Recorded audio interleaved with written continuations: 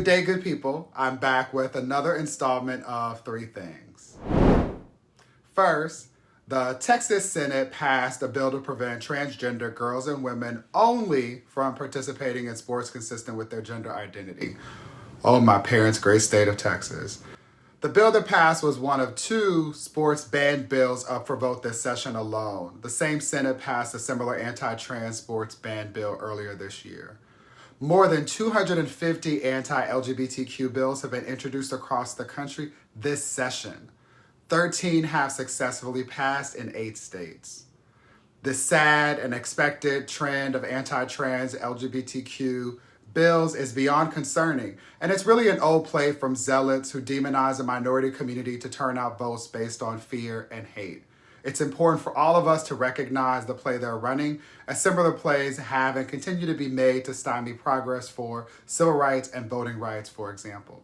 Let's all commit to finding ways to actively push against these bills and protect members of the Black trans community, especially trans youth who are most likely to be affected by these bills.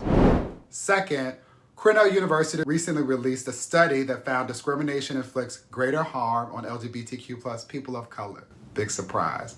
51.4% of Black LGBTQ+ and same-gender loving Americans live in the South. We're disproportionately concentrated with other Black people in states that lack anti-discrimination protections. And they still have a fraught history with anti-Black sentiment more generally.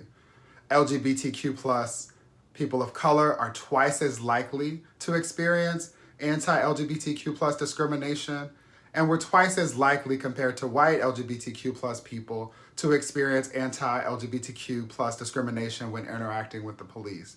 Those of us who are Black and queer, trans, and non-binary will find all of this unsurprising, but my hope is that this data helps color vivid pictures for those who don't understand what it's like to live with intersectional oppression. What I'm trying to say is this stuff matters in palpable ways. 21% of Black LGBTQ+ SGL youth have attempted suicide, some of it as a result of this policy violence.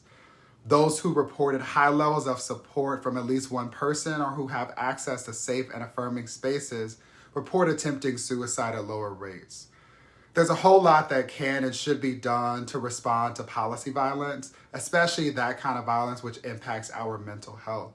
I invite you all to learn more about all of this, and in particular to read the Ring the Alarm report that's available at mbjc.org. I want to say again that the study affirms also the need for legislation like the Equality Act, which would provide clear and consistent federal non-discrimination protections that would benefit not only Black LGBTQ+ and SGL people, LGBTQIA+ people more generally, but also women on the basis of sex.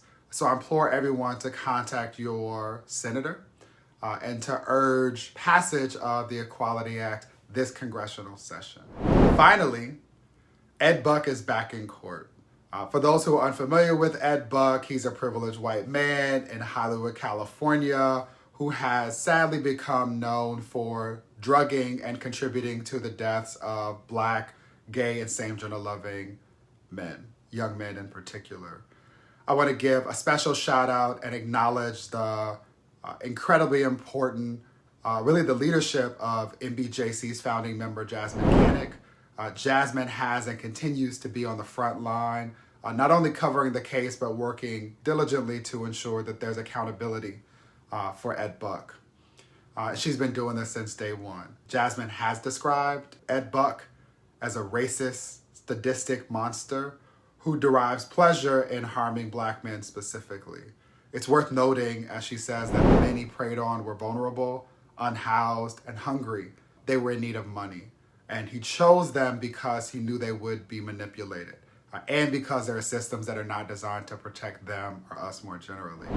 Please follow Jasmine Canick and find ways to support Black sex workers and to advocate for the type of economic security that doesn't make us reliant upon white sadistic men who prey upon us as a result of vulnerability.